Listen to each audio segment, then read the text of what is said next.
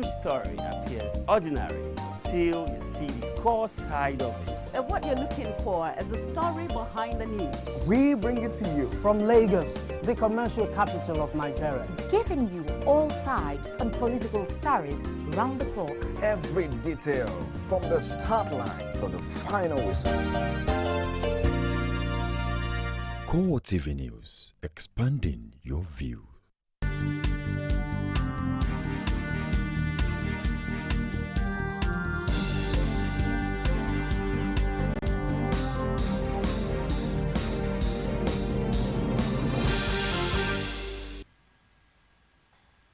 It's a beautiful Sunday morning here in Lagos, Nigeria. Thank you for joining us on CoreTv News on the Hour. I am Nifemi Oguntoye. We'll begin with details on the Security Summit held in Paris as African leaders have agreed to wage war on Nigeria's Boko Haram Islamic militants. President Hollande of France, who hosted the summit, says regional powers had pledged to share intelligence and coordinate action against the group.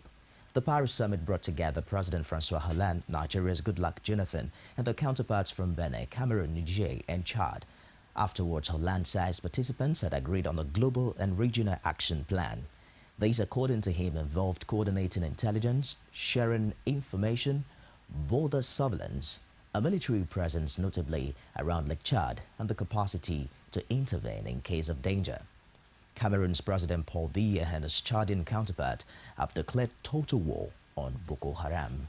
Representatives from the UK, US, and EU also took part in the Paris meeting.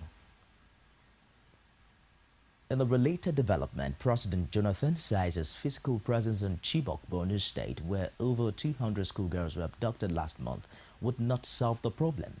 He says since the abducted girls were not being held in the school, the major challenge before him and his government now is to locate and rescue them. Jonathan spoke at the press conference held to announce the conclusions of a regional summit on security in Nigeria held in Paris, France. The president had not visited the community since the incident happened over a month ago. Although he was earlier scheduled to visit the school on Friday, the trip was called off later in what many believed could have been because of security reasons.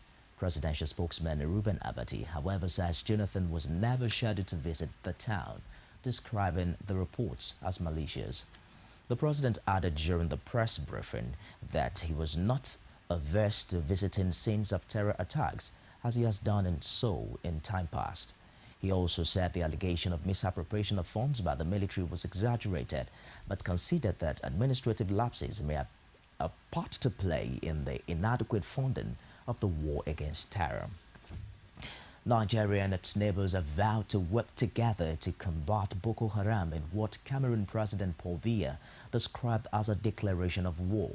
Meeting in Paris, President Goodluck Jonathan and his counterparts from Benin, Chad, Cameroon, and Niger approved an action plan designed to counter the terrorist organization blamed for 2,000 deaths this year alone and abduction of more than 200 schoolgirls.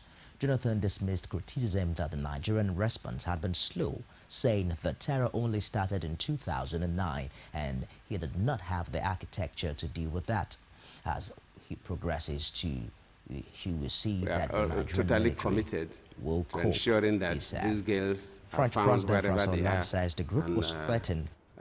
Makes sure that they join their families. We'll do all our best.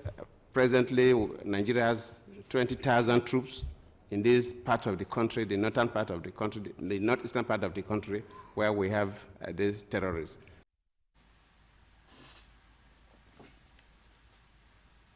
The call for foreign assistance in the fight against terrorism has been described as a discretion to any move made by the federal government. A professor of arts, Bruce Onabrakpeya, made this disclosure in an interview with Tomi Ojo. Her report is presented from our studio.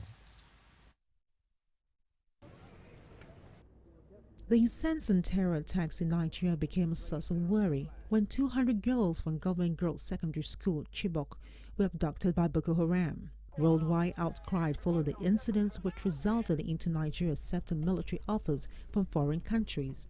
A renowned professor of arts, Bruce Onabrakpeya, says the acceptance of foreign help is a step in the right direction. I hold what Wale Soyinka said. The issue is now bigger than the government, and the call for international help is in the right place. The international should come in to help us to solve our problem.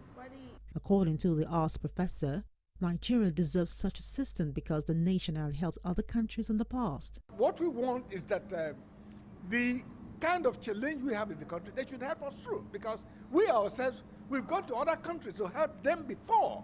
We've gone to Congo, we've gone to Liberia, we've gone to Sierra Leone, we've gone to other places to help in fight international wars, fight international issues, and help those places. Now we need this help. He admonished that Nigerians should be optimistic about the success of 2015 general elections. I am always very optimistic.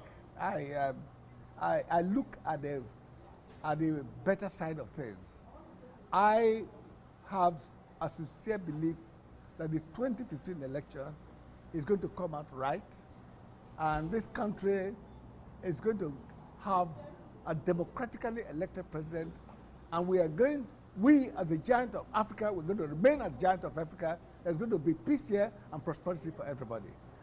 The foreign assistance offered by the US, UK, and French government will no doubt boost the search and rescue operations. British Foreign Secretary William Hague says Nigeria needs to take its responsibilities seriously in the effort to counter the Boko Haram terror group.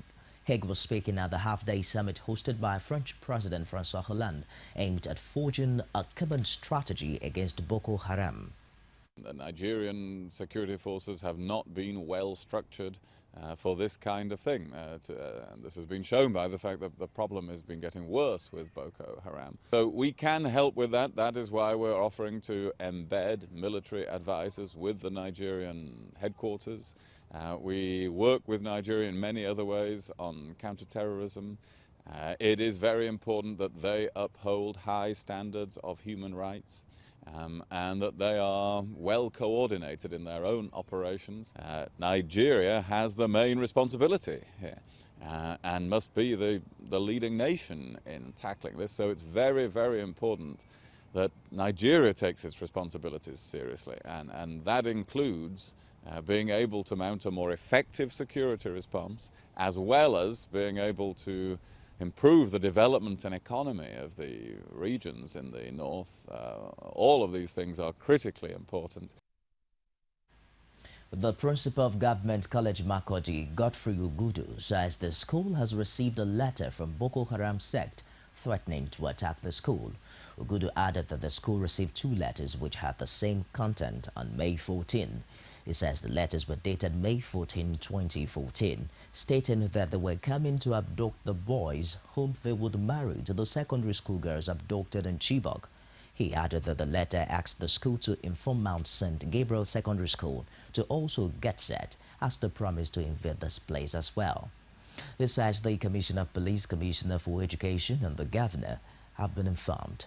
The 2 letters were written in Pidgin English. One was cited inside one of the classrooms, and the second one was slipped into the staff room. About 500 out of the 700 students of the college are living in the school, while Mount St. Gabriel is a purely boarding school. The police public relations officer in the state, Dan Izela, confirmed the report and assures that the police are on top of the situation. The newly appointed United Nations Secretary-General's Special Representative on the abduction of the Chibok schoolgirls says DNID had consultations with the Presidential Fact-Finding Committee on the issue. A statement by the committee spokesman Kingsley Osadolo quoted DNID, who is also the UN Secretary-General's Special Representative for West Africa, as pledging the union's support in the search and rescue of the schoolgirls kidnapped in Chibok last month. DNID, according to Osadolo, told the committee that beyond the outrage and global condemnation of the abduction, the UN Secretary-General Ban Ki-moon was interested in a support package to ensure the release of the schoolgirls and deal with the larger issues arising from the circumstances of the abduction. Responding, the committee's chairman, Ibrahim Sabo, informed the UN Special Representative that the committee was neither a judicial nor administrative panel, but a fact-finding committee with clear terms of reference. He added that the committee has held a series of consultations with various contact persons, including security, defense, and intelligence agencies. Mexican film star Salma Hayek and French actress Julia Gayet branded signs saying "Bring back our girls" on Cannes' red carpet, joining global calls to free over 200 schoolgirls kidnapped by militants in Nigeria. Hayek and Gayet posed with the signs for a long time before climbing up the steps to the festival hall in the French Riviera resort. They're the first stars of the Cannes Film Festival to publicly take a stand for the schoolgirls using the now world-famous hashtag on Twitter, also promoted by United States First Lady Michelle Obama earlier this month. The kidnapping has sparked global outrage, and the girls' fate has since become the focus of a global campaign. Senior Special Advisor on Security to the Lagos State Governor Babatunde Panax has commended residents on the island for their vigilance in the discovery of a strange object that was suspected to be a bomb. He gave the commendation while inaugurating the Nigeria Police Family Support Unit at Adeniji Adele on Lagos Island. He says that such alertness was expected from all residents of the state. He urged the people not to relent in their effort in supporting the police and other security agencies with a view to making the state a safe place for all. Panax thanked the Ford Foundation and Justice for all building the facility, saying that such gesture would help to improve the services of the police. The Divisional Police Officer of the Central Police Station in Adeniji Adele, Monday Agbonika, says the support unit was built to handle domestic violence, sexual offenses against minors, and other juvenile cases. Agbonika says the trained officers in the station will serve as models to other stations nationwide. He called on officers and men of the force to avail themselves of the services provided by the facility. You're watching CoreTv News on the hour. We'll take a short break now, and we'll be back with more. Don't go away. I don't think the election was actually... What are the people saying? 5 local government out of the 13 local government is more than many states in the north. The economy is booming. Where is the economy booming? Bomb blast in Abuja. Don't you have security? Why are we fighting? Presidency should not just sit in Abuja or in Asokoro or wherever he lives. Tell us as possible the Boko Haram. They know them. Men cannot be there and be there at the same time. The life of the citizens, community need to be protected. It can't work out. Bring the message of peace. Let there be proper devolution of power from the center. The center is too powerful. The people. Only on CoreTv News. Nigerians continue to the city of Lagos. There is still a poor level of Be the first to know. On CoreTv News. From the north, south, east, west, and around Africa, we break the news. We are one Nigeria. Now you can catch all the actions live as the news breaks. We are CoreTv News. Welcome to CoreTv, a 24-hour news station.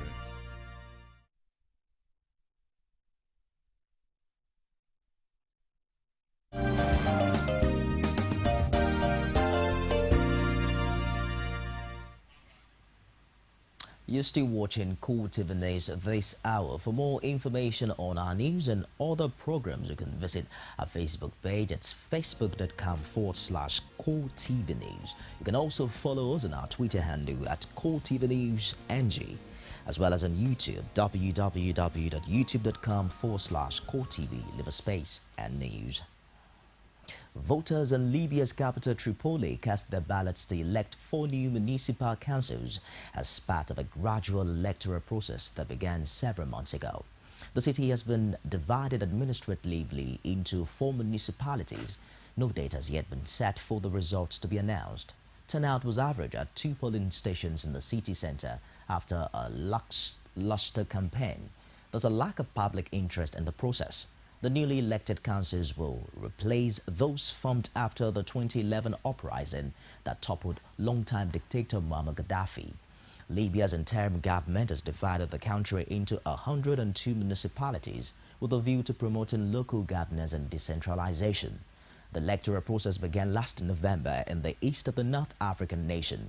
After more than 40 years of Gaddafi's rule, Libya organized its first free election in June 2012 for 200 members of the General National Congress or Parliament. Since the fall of the former regime, the country has been plagued by violence, with the interim authorities unable to restore stability. And that's it for now. I'll be back at the top of the hour with more. Stay with us.